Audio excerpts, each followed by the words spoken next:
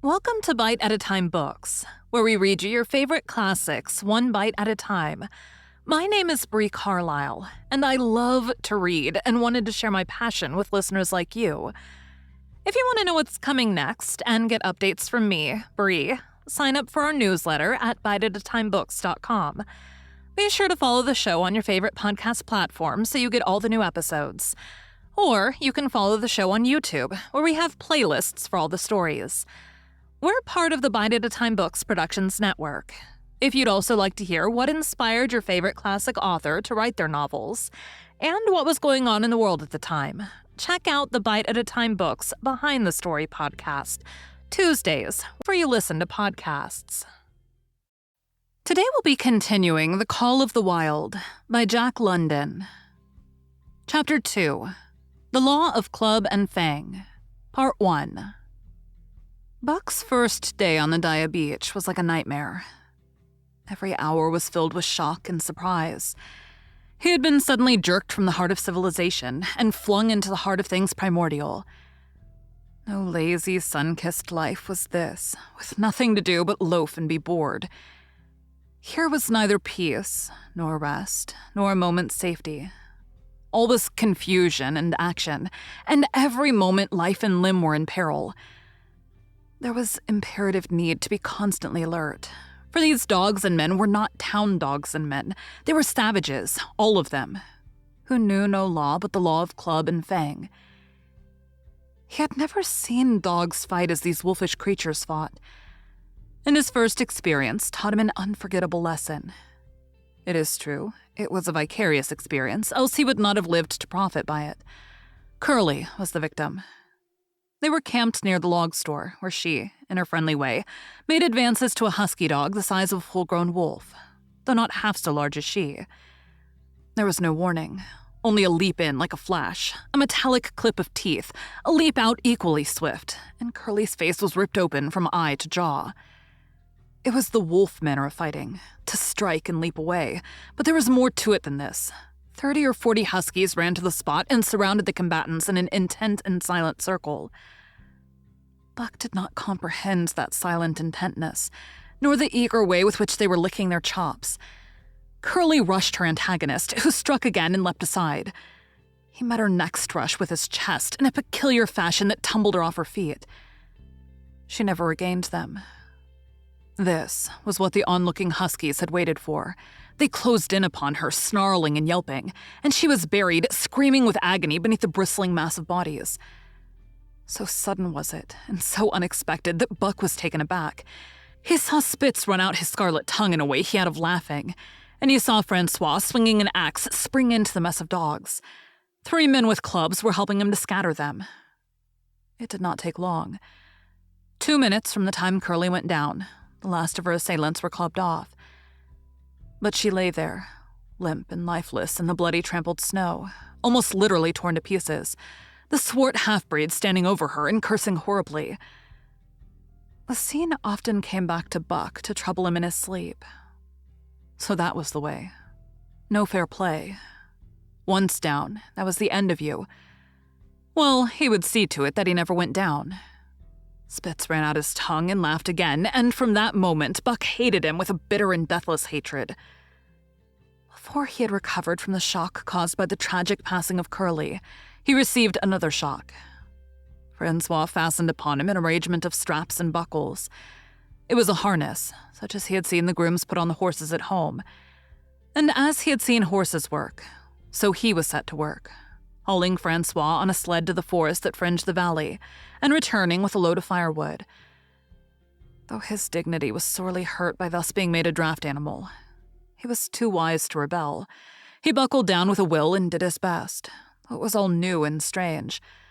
Francois was stern, demanding instant obedience, and by virtue of his whip receiving instant obedience, while Dave, who was an experienced wheeler, nipped Buck's hindquarters whenever he was in error. Spitz was the leader, likewise experienced. And while he could not always get at Buck, he growled sharp reproof now and again, or cunningly threw his weight in the traces to jerk Buck into the way he should go. Buck learned easily, and under the combined tuition of his 2 mates and Francois made remarkable progress. Ere they returned to camp, he knew enough to stop at hoe, to go ahead at mush, to swing wide on the bends, and to keep clear of the wheeler when the loaded sled shot downhill at their heels. "Three very good dogs," Francois told Perrault. "That buck, him pull like hell. I'd teach him quick as anything." By afternoon, Perrault, who was in a hurry to be on the trail with his dispatches, returned with 2 more dogs. Billy and Joe, he called them. 2 brothers, and true huskies both. Sons of one mother though they were as different as day and night. Billy's one fault was his excessive good nature, while Joe was the very opposite, sour and introspective with a perpetual snarl and a malignant eye. Buck received them in comradely fashion. Dave ignored them, while Spitz proceeded to thrash first one and then the other. Billy wagged his tail appeasingly, turned to run when he saw that appeasement was of no avail, and cried, still appeasingly, when Spitz's sharp teeth scored his flank. But no matter how Spitz circled, Joe whirled around on his heels to face him, mane bristling, ears laid back, lips writhing and snarling, jaws clipping together as fast as he could snap, and eyes diabolically gleaming. The incarnation of belligerent fear. So terrible was his appearance that Spitz was forced to forego disciplining him, but to cover his own discomfiture, he turned upon the inoffensive and wailing Billy and drove him to the confines of the camp. By evening, Perrault secured another dog, an old husky, long and lean and gaunt, with a battle-scarred face and a single eye which flashed a warning of prowess that commanded respect. He was called Solex, which means the angry one. Like Dave, he asked nothing, gave nothing, expected nothing. And when he marched slowly and deliberately into their midst, even Spitz left him alone. He had one peculiarity which Buck was unlucky enough to discover. He did not like to be approached on his blind side. Of this offense, Buck was unwittingly guilty, and the first knowledge he had of his indiscretion was when Solex whirled upon him and slashed his shoulder to the bone for 3 inches up and down. Forever after, Buck avoided his blind side, and to the last of their comradeship had no more trouble. His only apparent ambition, like Dave's, was to be left alone. Though as Buck was afterward to learn, each of them possessed one other and even more vital ambition. That night, Buck faced the great problem of sleeping. The tent, illumined by a candle, glowed warmly in the midst of the white plain, and when he, as a matter of course, entered it, both Perrault and Francois bombarded him with curses and cooking utensils, till he recovered from his consternation and fled ignominiously into the outer cold. A chill wind was blowing that nipped him sharply and bit with a special venom into his wounded shoulder. He lay down on the snow and attempted to sleep, but the frost soon drove him shivering to his feet. Miserable and disconsolate, he wandered about among the many tents, only to find that one place was as cold as another. Here and there savage dogs rushed upon him, but he bristled his neck hair and snarled, for he was learning fast, and they let him go his way unmolested. Finally, an idea came to him. He would return and see how his own teammates were making out. To his astonishment, they disappeared. Again, he wandered about through the great camp looking for them, and again he returned. Were they in the tent? No, that could not be, else he would not have been driven out. Then where could they possibly be? With drooping tail and shivering body, very forlorn indeed, he aimlessly circled the tent. Suddenly, the snow gave way beneath his forelegs, and he sank down.